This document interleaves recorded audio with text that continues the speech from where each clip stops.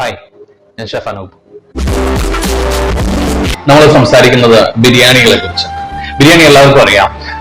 സ്പൈസസും റൈസും മീറ്റും എല്ലാത്തിന്റെയും ആ ഒരു അരോമ ഒരു ഒറ്റ ഡിഷിലേക്ക് കൊണ്ടുവരിക എന്ന് പറയുന്ന ഒരു ഡിഷാണ് ബിരിയാണി. പലതരത്തിലുണ്ട്, പല സൈഡിൽ നിന്നും പല തരങ്ങളിൽ വെക്കുന്നുണ്ട് ബിരിയാണി. അതിനെക്കുറിച്ചൊക്കെ നമുക്ക് നന്നായിട്ട് അറിയാം.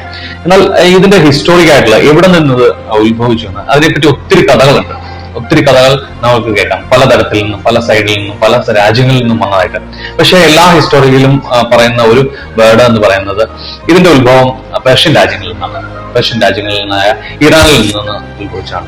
അത് ഇന്ത്യയിലേക്ക് വന്നത് മുഗൾ ഭരണകാലത്താണ്. അതായത് 1520കളിലാണ് ഇവിടേക്ക് എത്തിപ്പെടുന്നത്.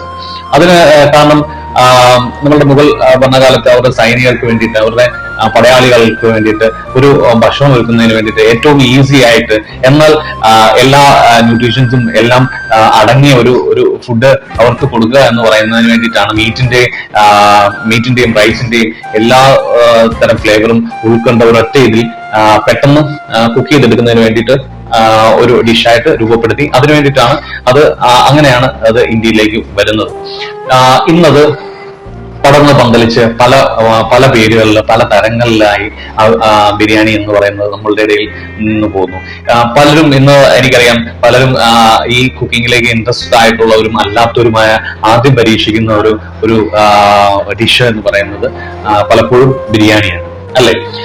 നമ്മൾക്ക് അറിയാവുന്നതായ വളരെ ഫേമസ് ആയിട്ടുള്ള ബിരിയാണികൾ എന്ന് പറയുന്നത് ലക്നൗ സിന്ധി ബിരിയാണി, ഹൈദരാബാദി ബിരിയാണി, ബാംഗ്ലൂരിലെ ദൊണ്ണെ ബിരിയാണി, ആമ്പൂർ ബിരിയാണി, ഡിണ്ടിഗൽ ബിരിയാണി, കേരളയിൽ വരുമ്പോൾ തലശ്ശേരി ബിരിയാണി, കോഴിക്കോടൻ ബിരിയാണി, ഇതൊക്കെയാണ് വളരെ ഫേമസ് ആയിട്ടുള്ള ബിരിയാണികൾ.